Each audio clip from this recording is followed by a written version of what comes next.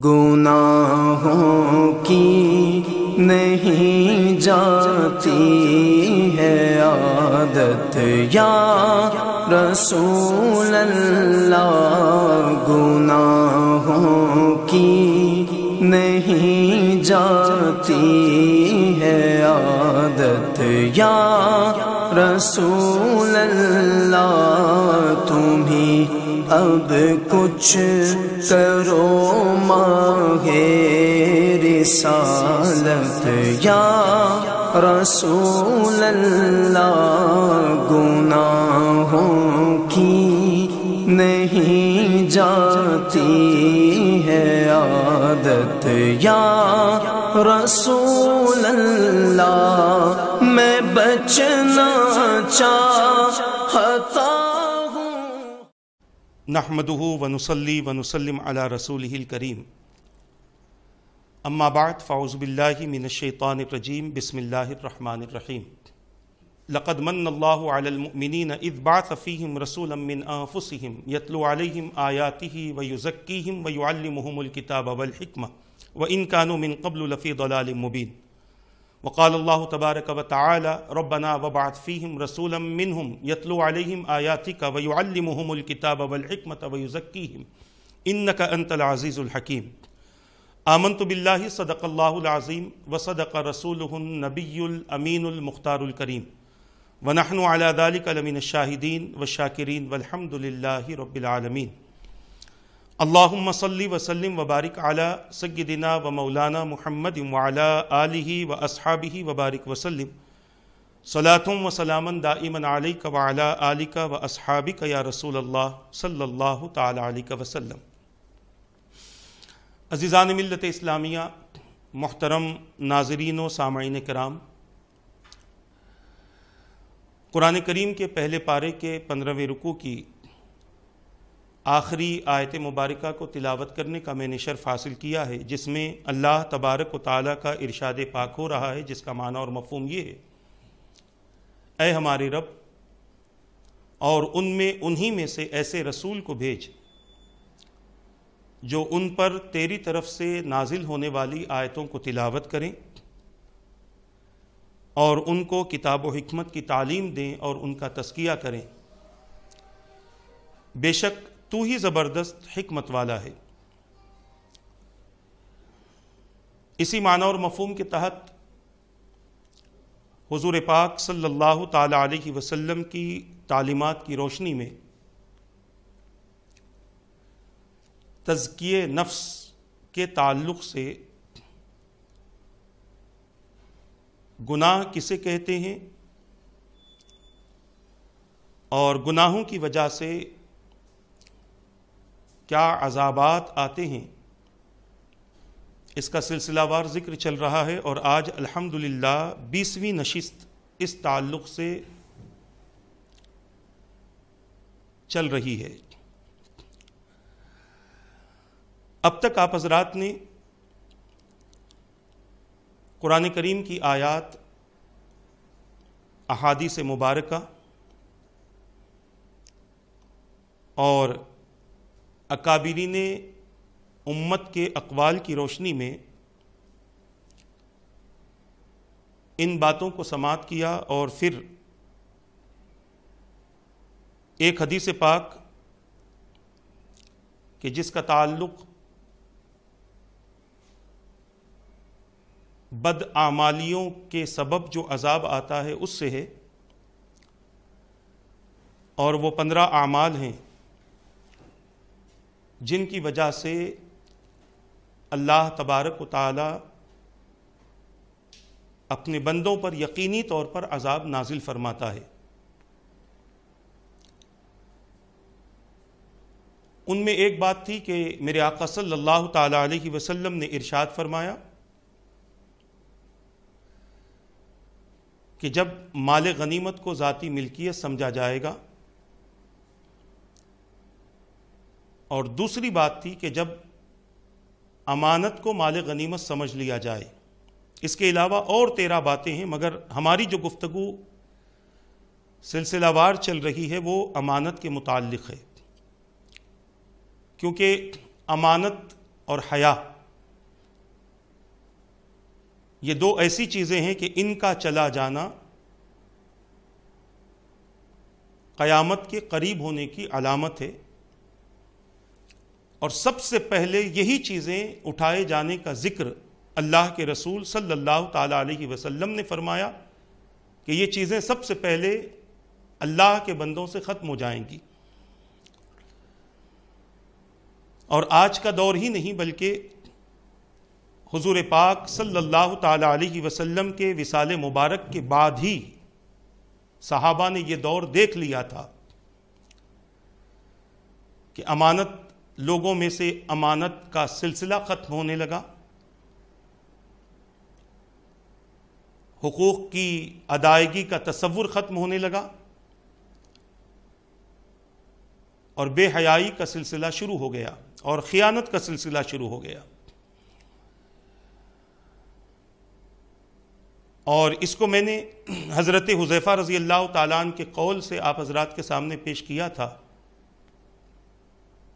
کہ انہوں نے اپنی آنکھوں سے یہ چیزیں دیکھی ہیں۔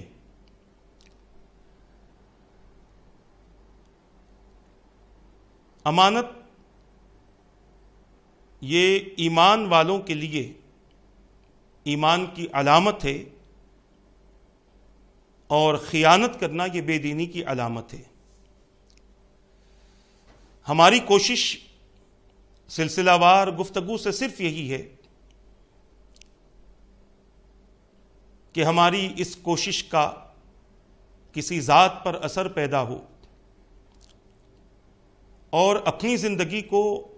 اللہ اور اس کے رسول کی نافرمانی سے تبدیل کر کے نیکیوں کی طرف آ جائے۔ اسی مقصد سے تفصیلی طور پر آپ حضرات کے سامنے گفتگو چل رہی ہے۔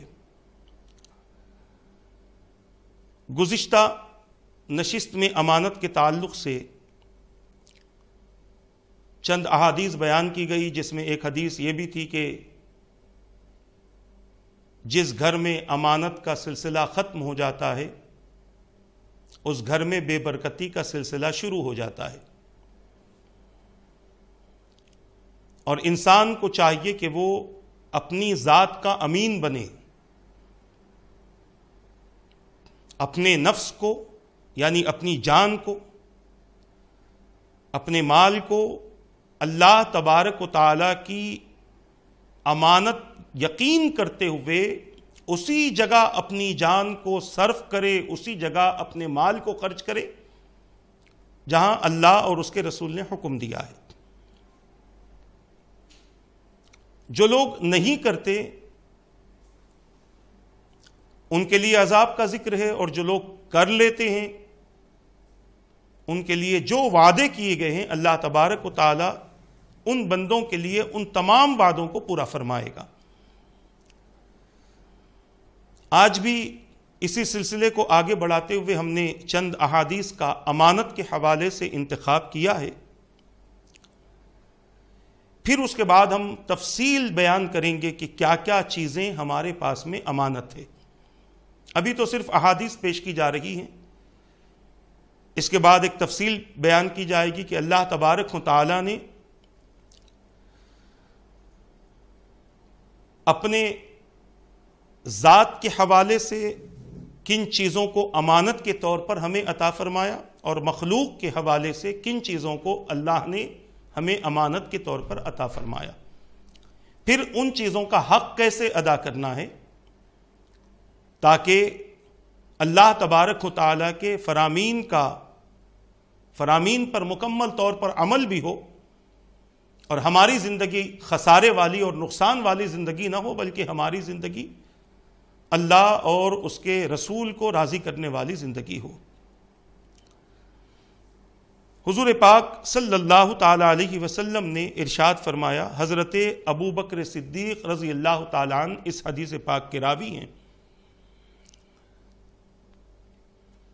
میرے آقا فرماتے ہیں 4 لوگوں کا ذکر حضور نے اس حدیث پاک میں فرمایا۔ سب سے پہلے حضور نے فرمایا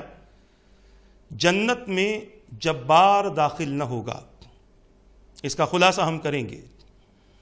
جنت میں جبار داخل نہ ہوگا، بخیل داخل نہ ہوگا،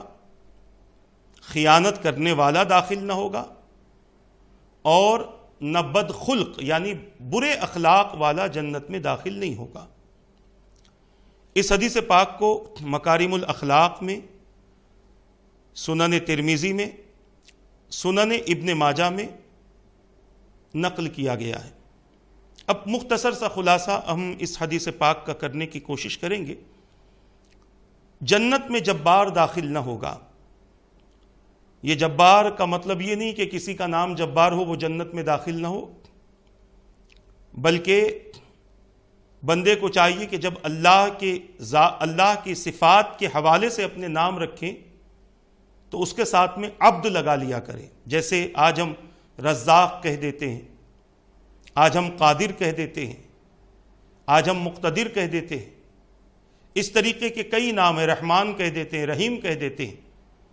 تو اس طرح سے کسی بندے کے نام نہیں لینے چاہیے، بلکہ جب کسی بندے کا ایسا نام ہو جس کا تعلق اللہ کی صفت سے ہو تو اسے عبد لگانا، عبد الرحمن، عبد الرحیم، عبد الجبار، عبد القادر، عبد الرزاق، عبد المؤمن، اس طریقے کے نام لگائے، اس طریقے سے ان کے نام پکارے جائیں۔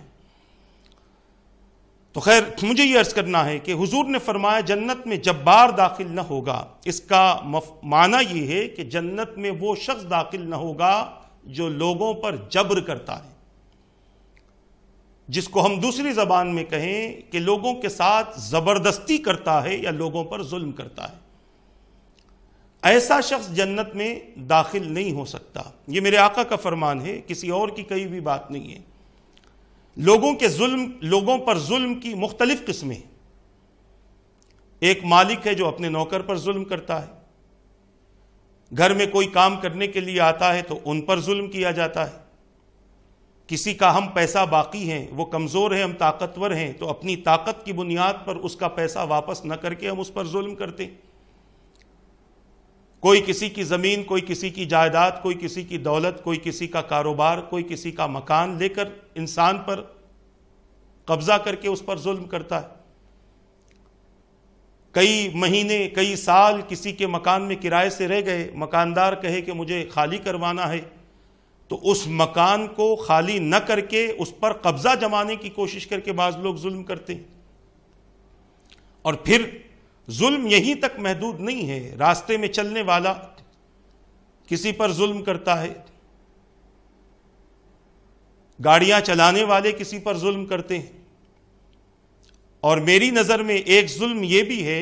کہ بعض ایسی گاڑیاں جس کے سائلنسر کو تبدیل کر کے بڑی آواز والا سائلنسر لگا کر راستے سے بہت زیادہ گاڑی کو ایکسیلیٹر دے کر جو گزرتے ہیں، یہ بھی ایک قسم کا ظلم ہے کہ آپ کی وجہ سے کوئی ڈر بھی جاتا ہے اور آپ کی وجہ سے کوئی دہشت میں بھی آ جاتا ہے، یہ بھی ایک قسم کا ظلم ہے۔ تو ظلم صرف یہ نہیں ہے کہ کوئی کسی کو قتل کر دے، ظلم یہ بھی ہے کہ کوئی کسی کے لیے تکلیف کا سبب بن جائے، اس کو بھی ظلم کہتے ہیں۔ تو قیامت کے دن ایسے تمام ظلم کرنے والے، ایسے تمام جبر کرنے والے، ایسے تمام زبردستی کرنے والے، خاوند ہے اپنی بیوی پر ظلم کرتا ہے، باپ ہے اپنی اولاد پر ظلم کرتا ہے، بڑا ہے اپنے چھوٹوں پر ظلم کرتا ہے، استاذ ہے اپنے شاگرد پر ظلم کرتا ہے، قوم کا لیڈر رہنما ہے اپنی رعایا پر ظلم کرتا ہے، بادشاہ ہے اپنی رعایا پر ظلم کرتا ہے۔ اس طریقے سے ظلم بہت زیادہ وسیع ہے، اس کا معنی اور مفہوم یہ محدود نہیں ہے۔ یہ جیسے ہم ظلم کی بات کرتے ہیں کہ آپ نے اس پر ظلم کیا تو مطلب یہ نہیں کہ مارا ہے، بلکہ اگر آپ کی وجہ سے کسی کے اندر کسی قسم کا خوف پیدا ہو جائے تو یہ بھی ظلم کا ایک حصہ ہے، یہ بھی جبر کا ایک حصہ ہے۔ تو لہٰذا دنیا میں جو اپنی ترقی کی خاطر، اپنے نفس کی خوشی کی خاطر، اپنے ذات کی خوشی کی خاطر کسی پر جبر کرتا ہے، کسی پر ظلم کرتا ہے، مالک مکان اپنے کرایہ دار پر ظلم کرتا ہے، تو اس طریقے سے یہ ظلم کرنا یہ جبر میں شمار ہوتا ہے، اور یہ جبر کرنے والا، لوگوں کے ساتھ زبردستی کرنے والا، میرے آقا نے فرمایا وہ جنت میں داخل نہیں ہوگا۔ دنیا کی خوشی کے لیے، دنیا کی خواہش کے لیے، دنیا کی ترقی کے لیے، دنیا میں اطمینان کی زندگی گزارنے کے لیے، دنیا میں عیش و عشرت میں اپنا وقت گزارنے کے لیے آج انسان کیا نہیں کر رہا ہے۔ کسی بزرگ کا مجھے قول یاد آتا ہے کہ آج بندہ یہ سمجھتا ہے کہ میں نے چھوٹی سی غلطی کی ہے، مگر بندہ یہ بھی سمجھے کہ میں نے کس کی نافرمانی کی ہے، کس ذات کی میں نے نافرمانی کی ہے۔ اللہ تبارک و تعالی ظلم کرنے والوں کو پسند نہیں فرماتا، رب قدیر زبردستی کرنے والوں کو پسند نہیں فرماتا، اور جسے رب پسند نہیں فرماتا وہ جنت میں تو داخل ہو ہی نہیں پائے گا۔ اس کا داخلہ جنت میں نہیں ہو سکتا جسے اللہ تبارک و تعالی پسند نہ فرمائے۔ تو یہ پہلی بات ہے کہ میرے آقا صلی اللہ تعالی علیہ وسلم نے ارشاد فرمایا کہ جنت میں جبار داخل نہ ہوگا، اور یہ بڑی تفصیل طلب گفتگو ہے، مگر اشارتاً چونکہ ہماری جو گفتگو کا عنوان ہے وہ امانت ہے۔ پھر میرے آقا نے فرمایا جنت میں بخیل داخل نہیں ہوگا، بخل کرنے والا، کنجوسی کرنے والا۔ آپ نے حدیث بھی پڑھی ہوگی بچپن میں، جنہیں حدیث یاد دلائی جاتی تھی۔ آج کل تو 40 حدیثیں کسے یاد ہیں؟ پہلے ایک دور تھا، مسجد میں بچے جاتے تھے، وہاں کے ائمہ، وہاں کے ذمہ داران بچوں کو 40 حدیثیں یاد دلاتے تھے۔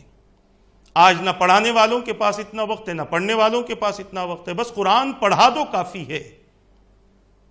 گھر والوں کا یہ تقاضا ہوتا ہے پڑھانے والوں سے، بچے پر زیادہ زور نہ ڈالیے، اس قسم کی گفتگو ہوتی ہے۔ معاذ اللہ کبھی اسکول میں جا کر نہیں کہتے کہ اتنا وزن بیگ آپ نے دے دیا ہے، بچوں پر کتنا زور پڑ رہا ہے، ان کی کمریں جھک گئی ہے، ان کی کمر میں درد ہوتا ہے، اٹھانے نہیں آتا، ان کے گلوں میں درد ہوتا ہے، ان کی گردنیں تھک جاتی ہیں، ان کے پیروں میں درد ہوتا ہے۔ کبھی ان سے یہ نہیں کہتے۔ زیادہ تو وہاں تعلیم ہو رہی ہے، اور یہاں کسی امام کو، کسی مؤذن کو جو پڑھاتا ہے بچوں کو، ان سے کہا جاتا ہے کہ بچوں کو زیادہ اس کام میں مصروف نہ کر دیجیے، بچوں پہ زیادہ زور نہ ڈالیے، اور جہاں زور ڈالا جا رہا ہے وہاں کچھ نہیں کہتے، سمجھتے ہیں کہ اسی سے بخشش ہے، اسی سے نجات ہے۔ نجات تو اس سے ہے۔ بچہ جتنا قرآن پڑھے گا، جتنی مرتبہ پڑھے گا، جتنی صورتیں یاد کرے گا،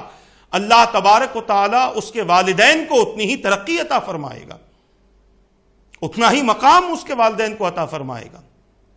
مگر آج اس ماحول نے اور اس معاشرے نے ہماری توجہ کو اللہ اور اس کے رسول کے احکام سے ہٹا دیا ہے۔ تو میں یہ عرض کرنا چاہتا ہوں، اللہ کے رسول صلی اللہ تعالی علیہ وسلم نے فرمایا جنت میں بخیل داخل نہیں ہوگا، بخل کرنے والا، کنجوسی کرنے والا۔ یہ کون سا بخیل ہے؟ یہ وہ بخیل ہے کہ جسے اللہ کی راہ میں دینے کے لیے کہا جائے اور وہ بخل کرتا ہو۔ ہمارے پاس اپنی ذات پر خرچ کرنے کے لیے تو بہت پیسہ ہے، اپنی اولاد کی خواہشات کو، ناجائز جائز سب خواہشات کو پورا کرنے کے لیے بہت پیسہ ہے، اپنے اچھے خاصے گھر کو توڑ کر بنانے کے لیے بہت پیسہ ہے، اور وہیں گھر کے تھوڑی سے قریب میں کسی مسجد کی تعمیر ہو رہی ہو، اس کو توڑ کر نیا بنایا جا رہا ہو تو اعتراض کرنے والوں کی ایک لائن لگ جاتی ہے، کیا ضرورت تھی توڑ کر بنانے کی؟ کیوں آپ کو کیا ضرورت تھی آپ کا گھر توڑ کر بنانے کی؟ یہ گھر توڑ کر بنا رہے ہو تو قیامت کے دن اس کا کچھ ملنے والا نہیں، اور مسجد کو اگر آپ نے زیب و زینت بخشی، مسجد کو آپ نے بہت اچھا کر دیا، تو اللہ تبارک و تعالی ہر ذرے کا قیامت کے دن ثواب عطا فرمائے گا۔ بتا دو کوئی ہمیں پوری قرآن اور حدیث میں کہ دنیا میں کوئی اپنا گھر بناتا ہو، چاہے وہ جھونپڑی ہو، چاہے وہ مکان ہو، چاہے وہ محل ہو، کوئی قرآن و حدیث میں ہمیں یہ بتا دے کہ دنیا میں کوئی اگر اپنا گھر بناتا ہے تو جنت میں اللہ تعالیٰ اس کے لیے گھر بناتا ہے؟ معاذ اللہ کوئی بتا دے؟ نہیں بتا سکتا۔ کوئی یہ بتا دے کہ دنیا میں اپنے گھر میں روشنی کرنے والے کی قبر میں روشنی ہوتی ہے؟ کوئی نہیں بتا سکتا۔ مگر اللہ کے رسول صلی اللہ علیہ وسلم نے فرمایا کہ جو دنیا میں مسجد کی تعمیر کرتا ہے اللہ تعالیٰ جنت میں اس کے لیے مکان بنواتا ہے۔ جو دنیا میں مسجد کو روشن کرتا ہے اللہ تعالیٰ اس کی قبر کو روشن فرما دیتا ہے۔ آج مسجدوں میں کئی دن تک لائٹ نہیں ہوتی، ایک ٹیوب جل گئی، ایک بلب جل گیا، ایک ہائیڈروجن جل گیا تو کئی مہینے تک وہ آتا نہیں ہے، اور اپنے گھر میں اچھی اچھی چیزوں کو نکال کر پھینک دیتے ہیں، پھر نئی چیزیں لا کر لگاتے ہیں۔ اس کا کوئی حصہ قیامت کے دن ملنے والا نہیں ہے۔ جس کام میں ہمیں احتیاط کرنا تھا اس کام میں ہم نے فراغ دلی کر دی، اور جس کام میں ہمیں فراغ دلی سے کام لینا تھا، ہاتھ کھول کر کام لینا تھا، اس کام میں ہم نے کنجوسی اور بخل کر دیا۔ تو بخیل وہ ہے جو اللہ اور اس کے رسول کی راہ میں خرچ کرنے سے اپنا ہاتھ روکتا ہے۔ شادی بیاہ میں دیکھ لیجئے، انسان اپنی حیثیت کے مطابق 5 لاکھ 10 لاکھ 20 لاکھ 50 لاکھ کروڑوں کی شادیاں ہو رہی ہیں۔ اللہ اور دے، ہمیں کسی سے حسد جلن نہیں ہے، مگر میں یہ عرض کرنا چاہتا ہوں، آپ جہاں اپنا سوچتے ہو وہیں پر آخرت کے بارے میں بھی سوچو۔ اپنی ذات پر جو خرچ کرتے ہو اس کا حساب دینا ہے، اور اللہ کی راہ میں جو خرچ کرتے ہو اس کا حساب لینا ہے۔ اور یہی نظریہ تو ہمیں حضرت سیدنا عثمان غنی رضی اللہ تعالیٰ عنہ نے دیا ہے۔ آپ نے سنا ہوگا، بڑا مشہور واقعہ ہے۔ میں صرف اس واقعے کی کچھ باتیں آپ کے سامنے پیش کروں۔ حضور پاک صلی اللہ تعالیٰ علیہ وسلم کے پاس ایک صحابی گئے، عرض کرنے لگے حضور گھر میں شادی ہے، سامان کچھ نہیں ہے، کچھ انتظام کروا دیں۔ میرے آقا صلی اللہ علیہ وسلم نے فرمایا عثمان کے پاس جاؤ رضی اللہ عنہ۔ وہ صحابی حضرت عثمان غنی رضی اللہ تعالیٰ عنہ کے پاس گئے، اور ایسے وقت میں پہنچے کہ جب حضرت عثمان غنی رضی اللہ تعالیٰ عنہ اپنے خادم کو ڈانٹ رہے تھے، اور ڈانٹ اس لیے رہے تھے کہ اس خادم نے چراغ کی بتی کو زیادہ بلند کر دیا تھا اور جس سے روشنی بہت ہو رہی تھی۔ آپ فرما رہے تھے کہ تو نے بتی کو اتنا بڑا کر دیا، تیل زیادہ جل جائے گا، اگر کم کرتا تو تیل کم جلتا اور یہ چیز ہمارے لیے آگے بھی کام آتی۔ وہ باہر کا باہر کھڑے رہے، یہ حالت دیکھ کر واپس ہو گئے۔ حضور سے ملاقات ہوئی، دوسرے دن حضور نے پوچھا کیا ہوا؟ کہا گیا تھا حضور ایسے ایسی بات ہو رہی تھی، میں واپس آ گیا۔ میرے آقا صلی اللہ علیہ وسلم نے فرمایا پھر جاؤ۔ وہ صحابی پھر گئے۔ اب پھر حضرت عثمان غنی رضی اللہ تعالیٰ عنہ اپنے خادم کو ڈانٹ رہے۔ اب ڈانٹ اس لیے رہے ہیں کہ تو نے دال میں پانی کم کیوں ڈالا؟ اگر زیادہ ڈالتا تو یہ شام کے لیے بھی کام آ جاتی، زیادہ ڈالتا تو یہ شام کے لیے بھی کام آ جاتی، لہٰذا پانی تو نے کم کیوں ملایا؟ وہ یہ منظر دیکھ کے پھر واپس ہو گئے۔ حضور نے پوچھا کیا ہوا؟ کہا حضور گیا تھا، ایسی ایسی بات ہوئی ہے۔ میرے آقا نے فرمایا اب جاؤ اور ان سے ملاقات کرو۔ وہ گئے، سلام کیا، پوچھا کیا بات ہے؟ کہا حضور نے بھیجا ہے۔ تو فوری طور پر خوش ہوئے، حضور نے بھیجا ہے، بہت خوش ہوئے۔ پوچھا کیا کام ہے؟ کہا میرے گھر میں شادی ہے، سامان کی ضرورت ہے، انتظام کچھ نہیں ہے، آپ کے پاس حضور نے بھیجا ہے، لہٰذا آپ کچھ انتظام کر دیں۔ آپ نے فرمایا فلاں مقام پر سامان رکھا ہے، جو چاہیے لے لو۔ وہ بڑے حیرت میں ہوئے، خیر گئے، سامان اٹھا لیا۔ اس کے بعد آ کر پوچھے کہ عثمان غنی رضی اللہ تعالیٰ عنہ سے کہ مجھے آپ سے ایک سوال کرنا ہے۔ پوچھا کیا سوال کرنا ہے؟ کہا میں کل بھی آیا تھا، آج بھی آیا تھا، 2 مرتبہ آ کر گیا ہوں، اور دونوں مرتبہ آپ اپنے خادم کو ڈانٹ رہے تھے، ایک چراغ کے لیے ڈانٹ رہے تھے، ایک دال کے لیے ڈانٹ رہے تھے۔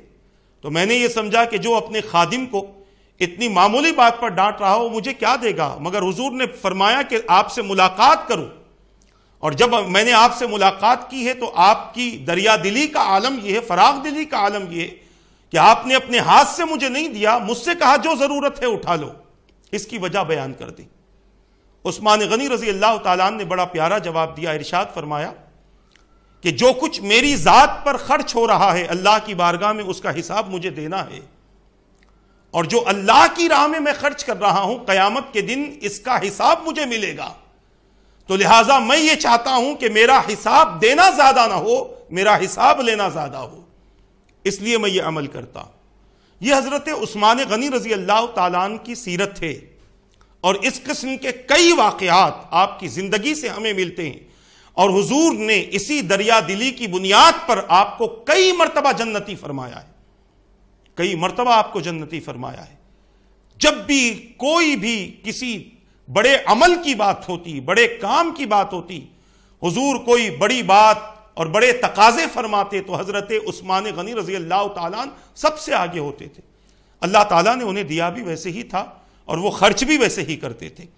تو میں یہ بتانا چاہتا ہوں کہ آج کی زندگی میں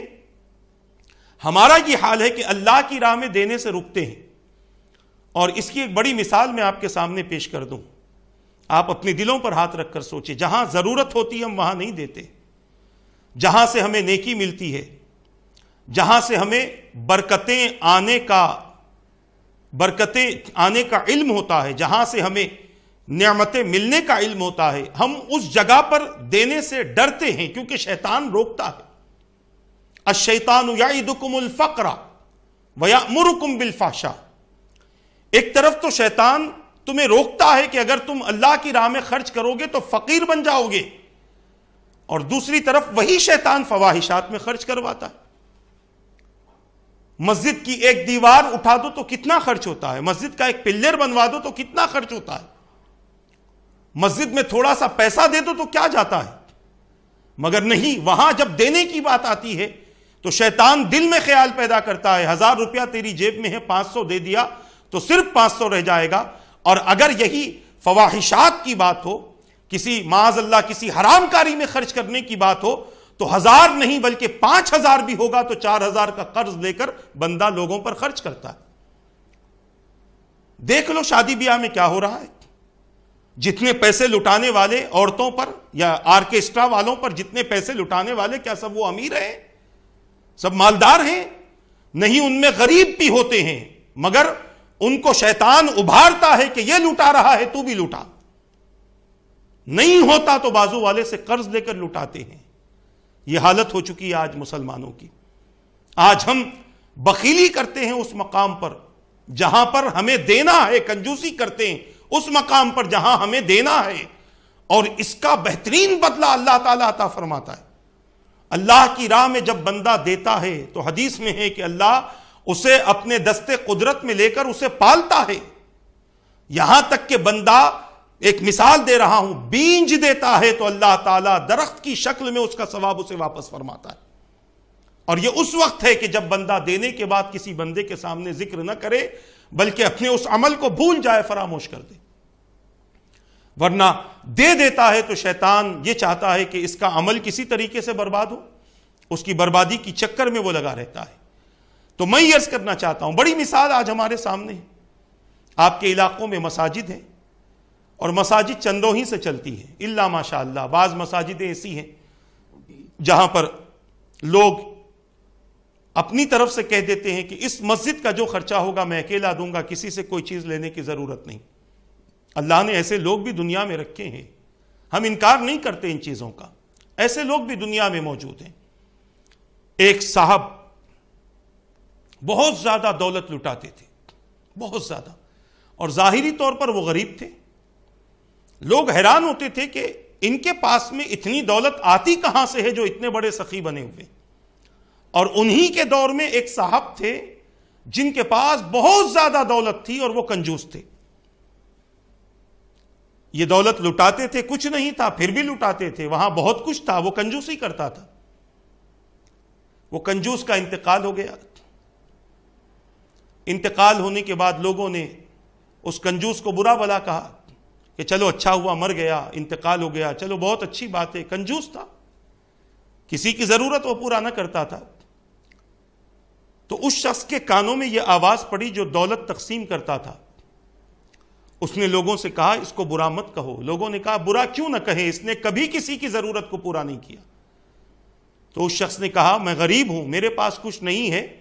میں جو کچھ بانٹتا تھا اس کے دیے ہوئے پیسوں کو بانٹتا تھا۔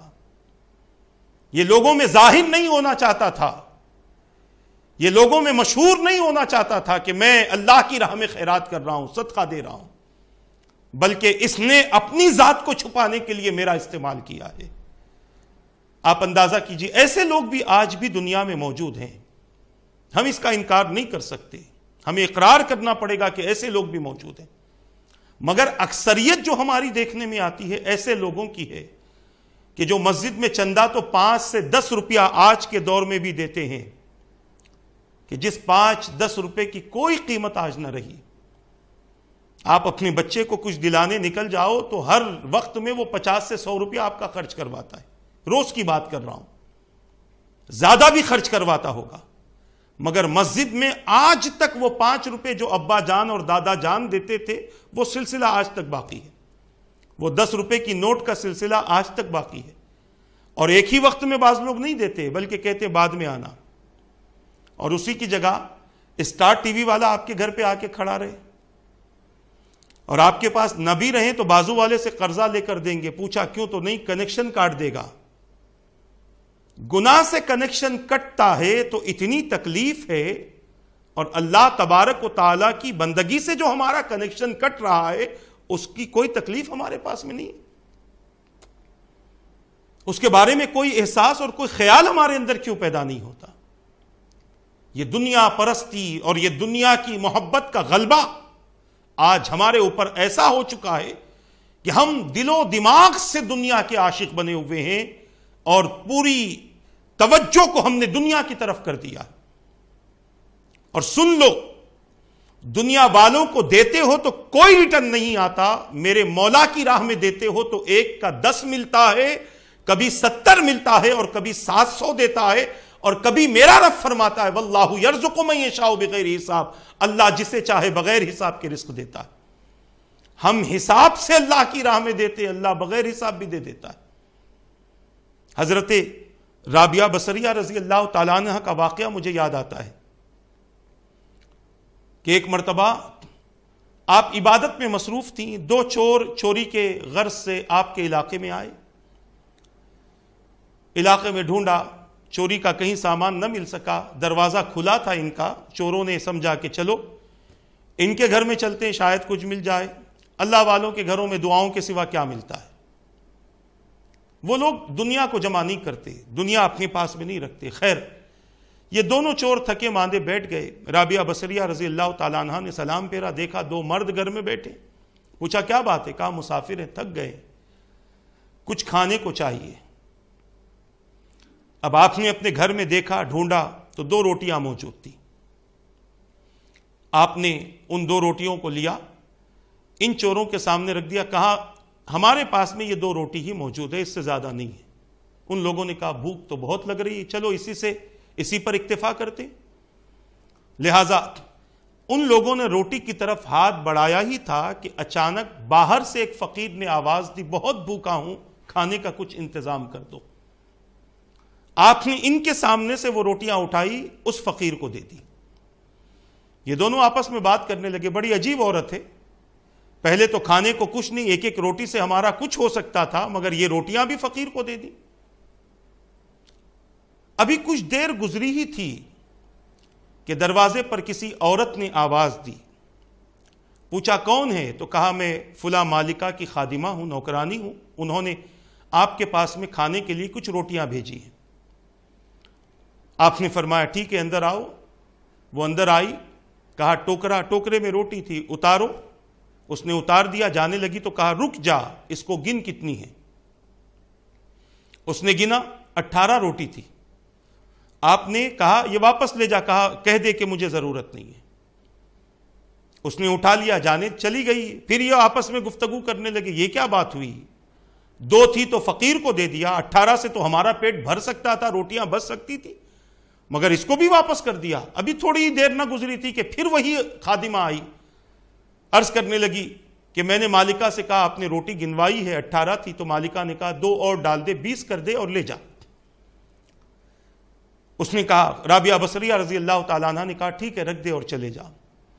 وہ چلی گئی، ان لوگوں نے پیٹ بھر کے کھانا کھایا، اس کے بعد حیرت میں تو تھے، تعجب میں تھے، پوچھا کہ مائی یہ کیا معاملہ ہے، سمجھ میں نہیں آیا، 2 روٹی آپ نے فقیر کو دے دی، 18 آئی تو اس کو واپس کر دیا، 20 آئی تو رکھ لیا۔ تو اس خاتون کا ایمان سنو، ان کا یقین دیکھو، اللہ کی ذات پر توکل اور اللہ کی ذات پر ان کا بھروسہ دیکھو۔ انہوں نے کہا کہ تم لوگ مسافر تھے، تھک گئے تھے، تمہیں بہت بھوک لگ رہی تھی اور یہ 2 روٹی تمہاری بھوک کو مٹا نہیں سکتی تھی، اس لیے فقیر آیا، میں نے اسے 2 روٹی دے دی اور اللہ پر میں نے کامل یقین کیا، اور پھر نوکرانی روٹیاں لے کر آئی، اس میں 18 تھی میں نے واپس کر دی، اور 20 لے کر آئی تو میں نے رکھ لیا، کیونکہ میرے رب نے فرمایا ہے کہ جو میری راہ میں 1 دیتا ہے میں اس جیسا اسے 10 دیتا ہوں۔ تو میں نے 2 روٹیاں دی تھیں، مجھے 20 روٹیاں آنی تھی، 18 آئی تھیں، تو مجھے یقین تھا کہ غلطی انسان سے ہو سکتی ہے، اللہ کا کہا ہوا غلط نہیں ہو سکتا، اسی لیے اس انسان نے اپنی غلطی سدھار لی اور 20 روٹیاں بھیج دی، تو مجھے یقین ہو گیا کہ یہ اللہ کی طرف سے اللہ کا وعدہ پورا ہو گیا۔ غور کیجیے آپ